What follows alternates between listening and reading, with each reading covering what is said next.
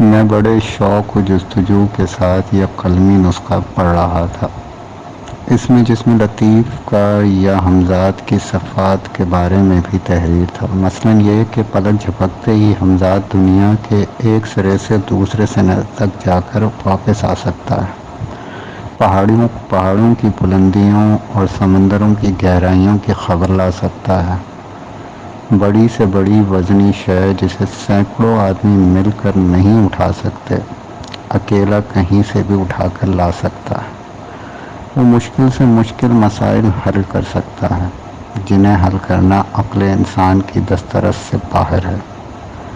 سخت اور مہلک بیماریوں کا علاج تجویز کر سکتا ہے، مستقبل میں جو کچھ ہونے والا ہے اس سے آگاہ کر سکتا ہے، مدفون خزانوں کے راز بتا سکتا ہے، گمشدہ لوگوں کا پتہ لگا سکتا ہے، لوہے اور پتھر کی دیواروں میں سے گزر سکتا ہے، خطرناک سے خطرناک جانوروں کو ٹھکانے لگا سکتا ہے، دیو ہیکل سے دیو ہیکل شخص یا اشخاص کو زیر کر سکتا ہے۔ اس کے علاوہ لاتعداد پراسرار قوتوں کا مالک ہے۔ میں وہ قلمی نسخہ حیرت و دلچسپی سے پڑھ رہا تھا۔ ایک مرتبہ تو پڑھتے پڑھتے میں اچھل پڑا۔ اس میں لکھا تھا کہ جسم لطیف یا حمزات کو قبضے میں بھی کیا جا سکتا ہے، اور اس کے پاس جو قوتیں ہیں ان سے کام لیا جا سکتا ہے، لیکن اس کے لیے سخت ترین ریاضت اور مجاہدے کی ضرورت تھی۔ اس قلمی نسخے میں وہ تمام عمل درج تھے۔ میں اسے پڑھ کر جیسے خوابوں میں کھو گیا۔ کیا میرے خدا نے میری سن لی؟ کیا میرے دن بدل جائیں گے؟ اس وقت مغرب کی اذان ہوئی اور میں اٹھ کر وضو کرنے چلا گیا، صدقے دل سے اپنے خالق کے حضور جھک گیا۔ جب میں نے دعا کے لیے ہاتھ بلند کیے تو میری آنکھوں میں آنسو تھے۔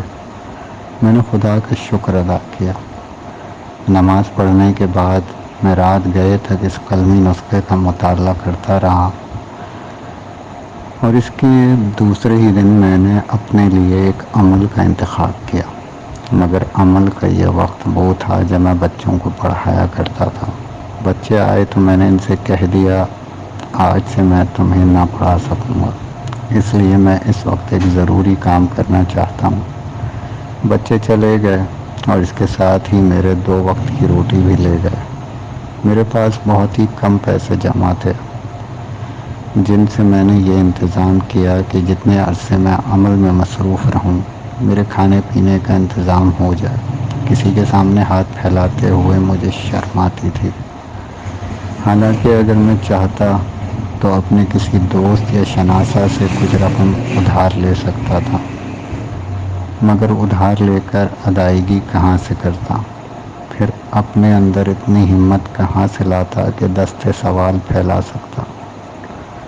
عمل کے لیے ضروری تھا میں کم سے کم لوگوں سے ملوں، سو میں نے عمل شروع کرنے سے پہلے اپنے ملنے جلنے والوں اور دوست احباب کو اس بات سے مطلع کیا کہ میں ایک کتاب لکھ رہا ہوں جس کے لیے یکسوئی چاہیے، اس لیے وہ مجھ سے اس عرصے میں نہ ملیں۔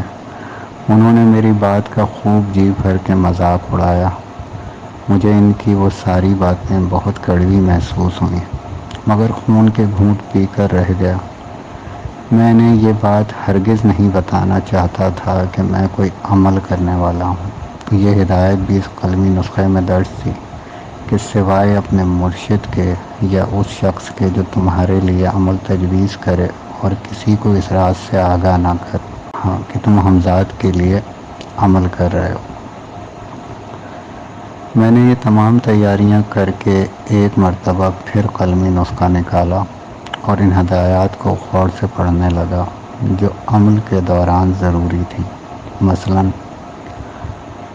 حاملہ عورت عمل نہ کرے، جس شخص کا کوئی عضو معطل ہو، مثلاً ہاتھ پاؤں کٹا ہوا ہو یا بدن میں نمایاں نقص ہو، وہ عمل نہ کرے۔ جس شخص کو دماغی مرض ہو، مثلاً سکتہ یا مرگی وغیرہ، وہ عمل نہ کرے جب تک کہ پوری طرح تندرست نہ ہو جائے۔ زخمی حالت میں عمل شروع نہ کرنا چاہیے، خواہ انتہائی معمولی زخم ہو۔ بواسیر کے مریض کو عمل نہ کرنا چاہیے۔ فعل حیوانی کے عادی شخص کو عمل نہ کرنا چاہیے، کیونکہ عمل کے دوران مجامعت سے قطعی پرہیز کرنا پڑے گا۔ میں نے خود کو ان تمام شرائط کا پابند بنایا۔ اس کے علاوہ عمل کے دوران کے لیے بھی مختلف ہدایات درج تھیں۔ حامل عورت کے قریب قطعی نہ جائے، لوگوں سے ملنا جلنا بات چیت کرنا کم کر دے، گوشت انڈا مچھلی نہ کھائے، خوراک زود ہضم ہو سادہ ہو، ہر روز نہائے اور سر میں مالش کرے، رات کا عمل ہو تو دن میں خوب سویا کرے، اونگنے سے عمل باطل ہو جاتا ہے۔ عمل کے وقت شک و شبے کو دل میں پیدا نہ کرے، اپنی حفاظت کا مکمل انتظام کرے تاکہ دوران عمل کوئی نہ ٹوکے۔ عمل کرنے کے لیے جو جگہ اپنی ضرورت کی تمام چیزیں رکھے، بہتر یہ ہے کہ بدن پر صرف ایک کپڑا رکھے، اور سائے کے ذریعے عمل کرنا ہو تو صرف جانگھیا پہنے، جو کہ سادہ لباس کا غصہ لڑائی جھگڑا کسی سے نہ کرے، کتابوں کا مطالعہ کرتا رہے وغیرہ وغیرہ۔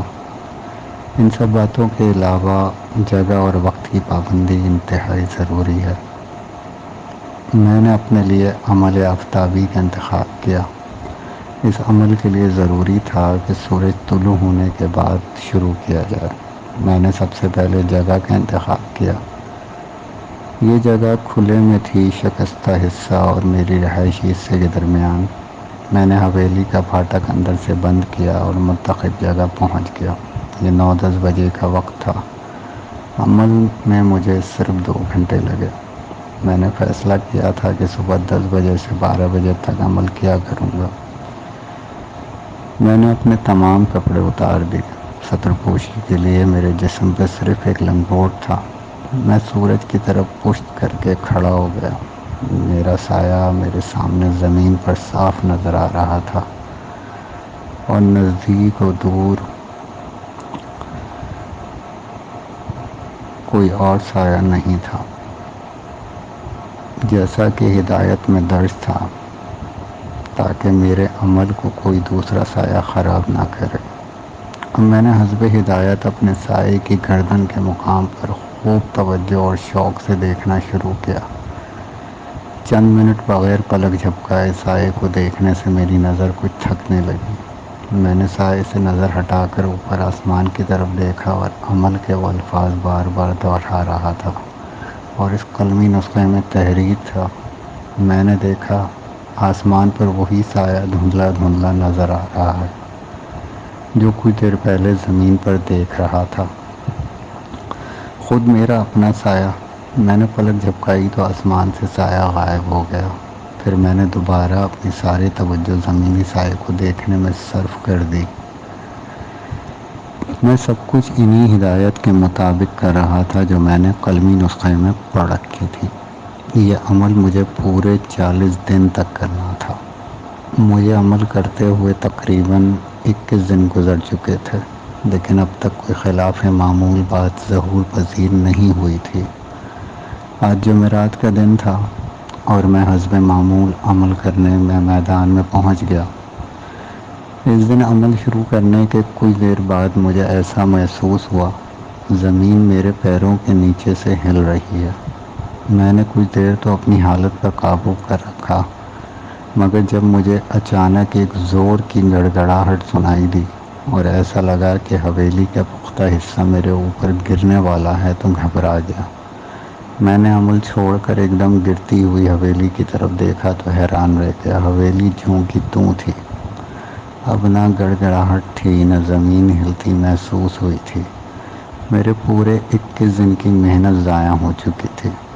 اب مجھے دوبارہ عمل شروع کرنا تھا، اس لیے کہ قلمی نسخے میں لکھا تھا اگر عمل کسی بھی سبب 2 گھنٹے کے دوران رک جائے تو دوبارہ سے شروع کرنا ہوگا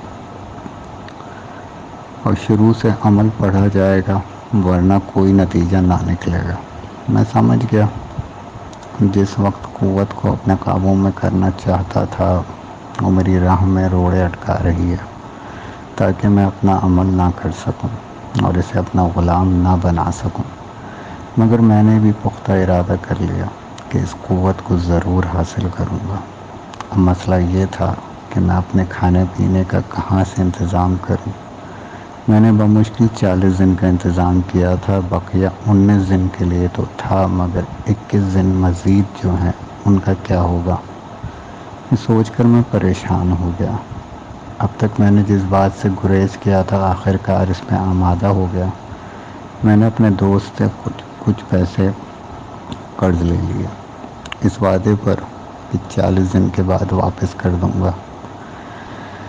مجھے یقین تھا اگر میں نے اپنا عمل پورا کر لیا تو عیش ہی عیش ہوں گے اور روپے پیسے کی میرے پاس کمی نہ ہوگی۔ میں نے ایک مرتبہ پھر عمل شروع کیا۔ اس مرتبہ بھی مجھے عمل شروع کرتے ہی عجیب عجیب واقعات سے سابقہ پڑا، طرح طرح کا خوف ہوا، مگر میں عمل کرتا رہا۔ میں نے کسی طرح 30 دن مکمل کر لیے۔ اب منزل مجھے بہت قریب نظر آ رہی تھی۔ اس دن اتفاق سے جمعرات تھی۔ میں نے جیسے ہی عمل شروع کیا، ڈراؤنی اور ہیبت ناک شکلیں میری نظروں کے سامنے آنے لگیں۔ خوفناک آوازوں نے مجھے دہلا دیا۔ یہ آوازیں دم بدم مجھے اپنے نزدیک آتی محسوس ہو رہی تھیں، لیکن اس کے باوجود میں دل سخت کیے عمل پڑتا رہا۔ اچانک ایسا محسوس ہوا کہ سخت آندھی اور طوفان آنے والا ہے۔ مجھے اپنا سایہ بھی نظروں سے اوجھل ہوتا ہوا محسوس ہوا اور ایسا لگا جیسے میں اس تیز آندھی میں کھڑا نہ رہ سکوں گا، اس کے ساتھ ہی اڑ جاؤں گا۔ اب میری قوت برداشت جواب دے چکی تھی۔ میں گھبرا کر حویلی کے پختہ حصے کی طرف بھاگا۔ ابھی میں حویلی میں داخل بھی نہ ہو پایا تھا کہ میرے حواس لوٹ آئے۔ میں نے دیکھا کہ سورج پہلے کی طرح پوری آب و تاب سے چمک رہا ہے۔ نہ آندھی ہے، نہ طوفان، نہ بارش کے آثار۔ میں وہیں سر پکڑ کر بیٹھ گیا۔ میری آنکھوں میں مجبوری اور بے بسی کے آنسو تیر رہے تھے۔ پراسرار قوت ایک بار پھر مجھے شکست دینے میں کامیاب ہو چکی تھی۔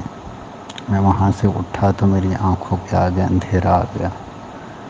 میرے ذہن میں بار بار یہ سوال گونج رہا تھا، اب کیا ہوگا؟ میں تو اپنا سب کچھ چھوڑ کر اس پراسرار قوت کو حاصل کرنے میں لگ گیا تھا۔ اب خوراک بھی مشکل سے 9 دن کے لیے رہ گئی تھی۔ پھر یہ کہ وہ قرض کہاں سے ادا کروں گا جو میں نے اپنے دوست مجید سے لیا تھا۔ وہ تو یوں بھی خسیس آدمی ہے، بڑی مشکل سے تو پیسے دینے پہ آمادہ ہوا تھا۔ دوسرا یہ کہ اگر اسے کسی طرح ٹال بھی دیا جائے تو مزید پیسہ آئندہ عمل شروع کرنے کے لیے کہاں سے آئیں گے؟ مجید سے اور پیسے ملنے تو مشکل ہیں۔ پھر یہ کہ کسی اور دوست سے پیسے مانگ کر قسمت آزمائی جائے۔ اس وقت میرا کام کون کر سکتا ہے؟ میں بڑی شدت کے ساتھ اس پر غور کر رہا تھا۔ آخر کار میں نے فیصلہ کیا سہراب خان سے مدد لی جائے۔ میں اس کے گھر پہنچ گیا۔ جب کسی طرح میں اسے پیسے دینے پہ آمادہ کر چکا تو اس نے کہا، ٹھیک ہے، پیسے لے جاؤ، مگر تم ایک نوجوان آدمی ہو، کوئی کام دھندا دیکھو۔ تمہیں اس طرح زندگی گزارتے ہوئے شرم نہیں آتی؟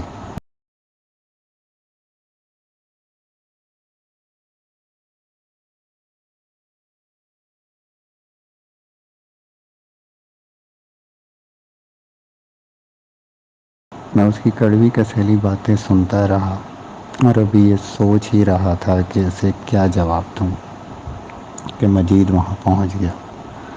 اس نے سہراب کا فقرہ شاید سن لیا تھا۔ وہ آتے ہی بولا، یار اسے پیسے ویسے مت دینا، اس کی تو عادت ہے بھیک مانگنے کی۔ کچھ دن پہلے مجھ سے پیسے ادھار لے گیا تھا جو اب تک واپس نہیں کیے۔ سہراب نے جب یہ بات سنی تو میری طرف دیکھا اور پوچھا، کیوں کرامت، کیا مجید صحیح کہہ رہا ہے؟ میں کیا جواب دیتا؟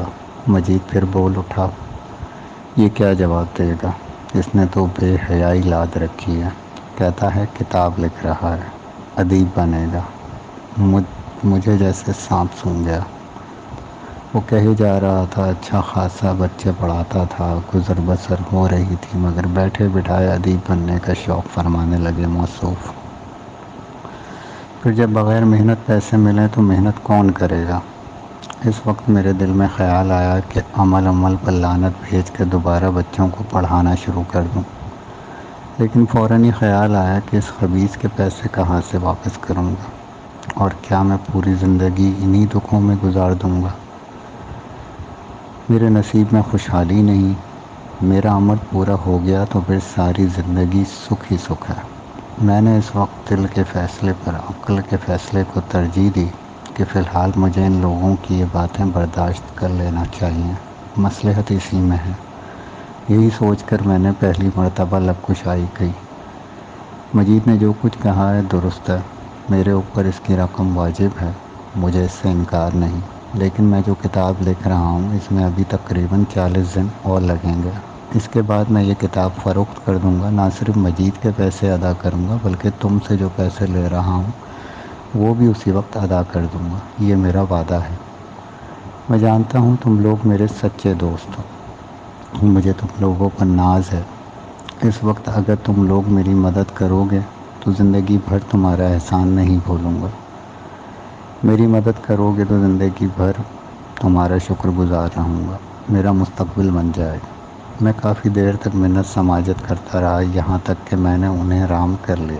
سوراب سے پیسے لے کر سب سے پہلے میں نے کھانے پینے کا سامان خریدا، پھر ایک نئے عزم اور حوصلے کے ساتھ 40 دن کے لیے حویلی کا بڑا پھاٹک لگا دیا۔ میں نے اپنے دل میں اس مرتبہ مضبوط عہد کیا تھا، چاہے کچھ بھی ہو جائے میں اپنا عمل ترک نہیں کروں گا، چاہے زندگی رہے کہ چلی جائے۔ آخر اس طرح ذلیل و خوار ہونے سے کیا حاصل؟ میں نے دوسرے دن عمل پھر شروع کیا۔ 10 دن سکون سے گزرے، 11ویں دن سے مجھے پھر وہی خوفناک صورتیں نظر آنے لگی۔ کبھی کسی شیر کی دھاڑ سنائی دیتی جو میرے وجود کو ہلا دیتی، تو کبھی ہیبت ناک بلائیں چیختی چنگھاڑتی مجھے اپنے اوپر حملہ آور ہوتی محسوس ہوتی، مگر میں نے ان سب سے بے پرواہ اپنے عمل میں مصروف رہا۔ دن گزرتے رہے، اب وہ دھندلا دھندلا سا ہیبلا رفتہ رفتہ واضح ہونے لگا تھا جو مجھے آسمان پر نظر آتا، اور جوں جوں دن گزرتے جا رہے تھے ایسا لگتا تھا جیسے وہ آسمان سے اترنے لگا ہو، وہ مجھ سے قریب ہوتا جا رہا تھا۔ مجھے یقین تھا اب کچھ دن بعد ہی وہ زمین پر اتر آئے گا۔ اب مجھے عمل شروع کیے 33 دن گزر چکے تھے اور عمل پورا ہونے میں صرف 7 دن باقی تھے۔ خدا خدا کر کے یہ کڑے دن بھی میں نے گزار لیے۔ آخری دن پھر مجھے زمین ہلتی ہوئی محسوس ہوئی، مگر اب یہ سب حربے پرانے ہو چکے تھے اور میں ان سے ڈرنے والا نہیں تھا۔ آخری دن عمل کا وقت پورا ہونے والا تھا، میرا دل تیزی کے ساتھ سینے میں دھڑک رہا تھا۔ آخری وقت پورا ہو گیا اور اسی وقت مجھے ایسا محسوس ہوا کوئی زور زور سے حویلی کا دروازہ پیٹ رہا ہے۔ عمل کا وقت ختم ہو ہی چکا تھا، میں تیزی سے حویلی کے پھاٹک کی طرف دوڑا۔ پھاٹک کھولتے ہی مجھے ایک شخص نظر آیا جو کوئی مسافر معلوم ہوتا تھا، اس کے سر پہ سامان رکھا تھا، چہرہ چادر سے کس قدر چھپایا ہوا تھا۔ میں نے اس سے پوچھا کیا بات ہے، کس سے ملنا ہے؟